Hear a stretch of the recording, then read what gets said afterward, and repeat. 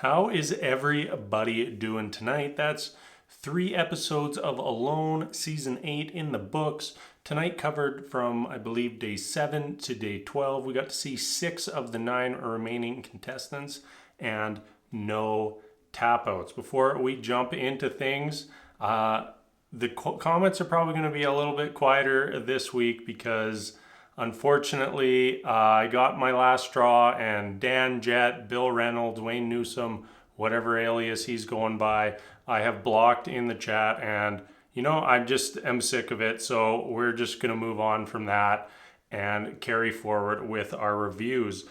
First person I want to jump into talking about tonight is Michelle. I thought for sure this was going to be a tap out. Props to Michelle for persevering through a pretty bad situation that she navigated and was able to pull through. We didn't get to see a ton with her today, but what we did was her gathering what she thought was cow parsnips. And maybe they were not cow parsnips because shortly after eating them, she starts to get ill and not feeling good. Ends up having to chew on some charcoal to potentially absorb whatever toxins were in her system. And I fully thought she was going to tap out, and she did persevere and managed to stay in. Also, another thing that she did do was get set up for fishing. I'm not sure exactly what she was doing with the fishing. We saw her push a log out into the lake. I'm not exactly sure what was connected onto the end. It almost looked like just a line with a hook, and that's it. It might have been a trot line. I don't believe there was any sort of net involved there, but yeah, after this little scare, she's definitely going to need some find some food quickly, or else I think she is going to be in a world of hurt. All right, next up, Biko. Shout out to Biko for popping up in our comment section last week. Always appreciate hearing from the contestants. We heard from Sean and Roland last season, and it's nice to have a contestant back, at least popping in for a little bit. Overall, Biko has just been entertaining to watch. Whether you think he's going to win or not, he's definitely been the most entertaining contestant out there so far. And I know that at least my wife and I are definitely rooting for him. Pretty eventful episode for Biko. First up, he's making big progress on his shelter. Looks like his shelter has some potential, in my opinion. I don't think that it's going to get nearly as cold at Chilko Lake as it has the past 2 seasons up at Great Slave Lake. And his shelter really, addressed keeping himself safe, keeping the wind off of him, and while there are some gaps in the wood, that's easily addressable over time. And I think that he did very well. Also, he found some lumber. He also found the nail last week, or maybe that was week 1, pardon me. And is really utilizing those things that he's finding to his advantage. Food-wise, he has been struggling. He's also getting a little bit desperate. We saw him decide to swim across the bay to see if he could find some game, some berries, whatever, in a area that had been inaccessible to him, and unfortunately did not pan out, as I think all that he got out of the trip was 2 berries. But if you're going to take that kind of risk, it's best to do it early on. The sun was shining. The water in the lake was actually not nearly as cold as I was expecting. I think they put it up there as 52 degrees Fahrenheit, which is cold. I don't want to be in that water, but definitely manageable. And with that sun shining, not as big of a risk as it would be, say in 2-3 weeks time. That's about it for Biko. Let's jump over to our next contestant.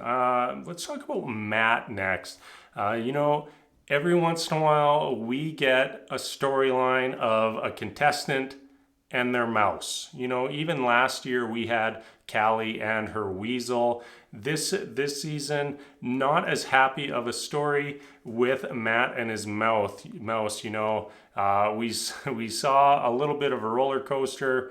You know, we discover the existence of the mouse. I was thinking, oh, he's got a little mouse friend.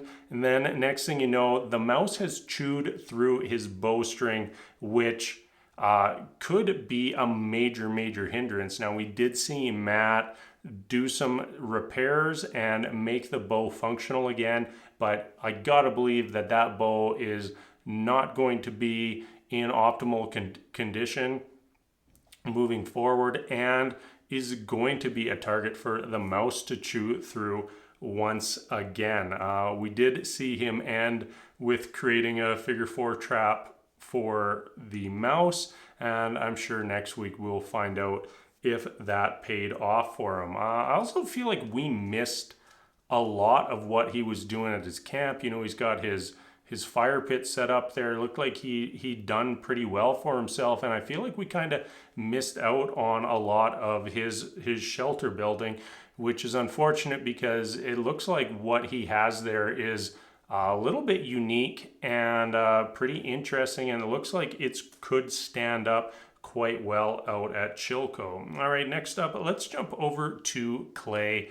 A lot of people have been hailing Clay as the early favorite this season. Tonight wasn't as fruitful as his week one, but still did well for himself and accomplished things quite well. You know, we saw him stealing the underwear fish bag idea from Amos, which, you know, he brought a pair of underwear, tied them off, put his meat in them, and lugged them up a tree to keep them out of the way of predators. And I think early on that's going to be a very important thing if you do manage to get yourself onto any sort of source of meat that you need to store, because the bears are gearing up for hibernation and looking to chow down on as many calories as they possibly can. Shelter wise, Clay is looking very good. Looked like he had a very solid shelter. He'd packed most of the holes, the gaps in the walls with moss, built himself a very nice stone fireplace, and looked like he's moving in for the long term. One negative for Clay this week was he spent a lot of time thinking about his family, and you know that could be a factor considering we're only at the point he was talking, like I believe 7 days in. You know, once we get to day 50, if things are weighing on him after 7 days, how are they weighing on him after 50? You know, we don't know what his mental game is like.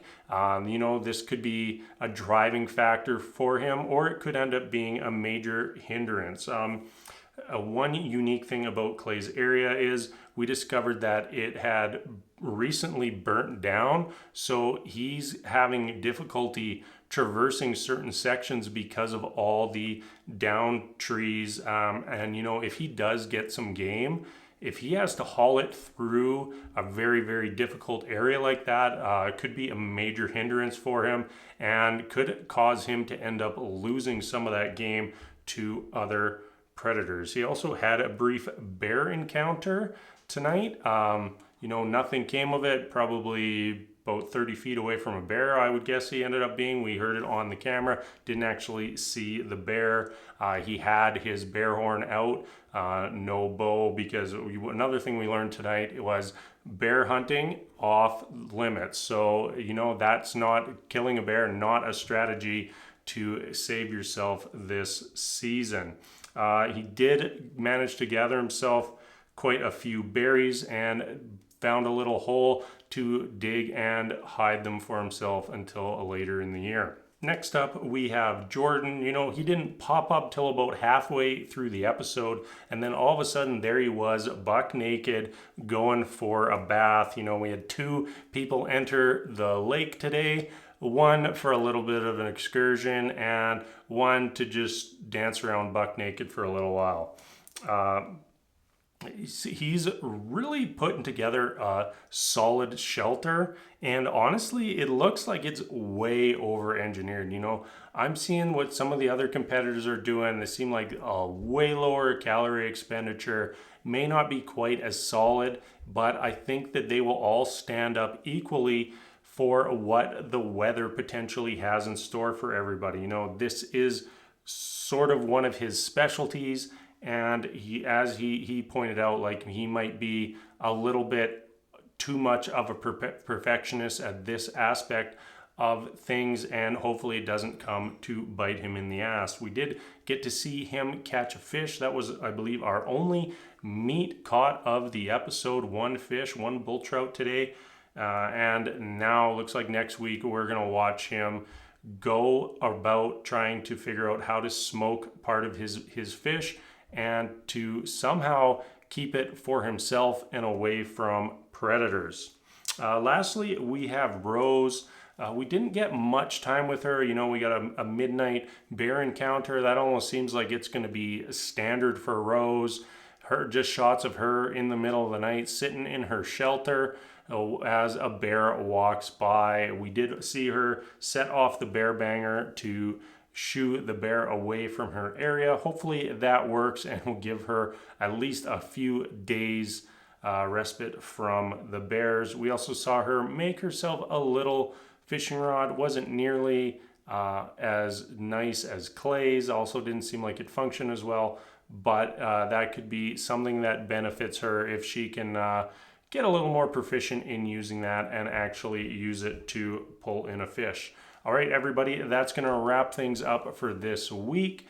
No one sent home. We're now 12 days in. Honestly, I think that's a good sign. Tells me that these 9 competitors who are left are good at what they do and are suited for going the distance this season. I would like to see a good handful of our competitors make it past, day 40, 50 to, really make this season very interesting. But I'm going to wrap things up there. As always, thank you so much for watching. And until next week, we'll see you later.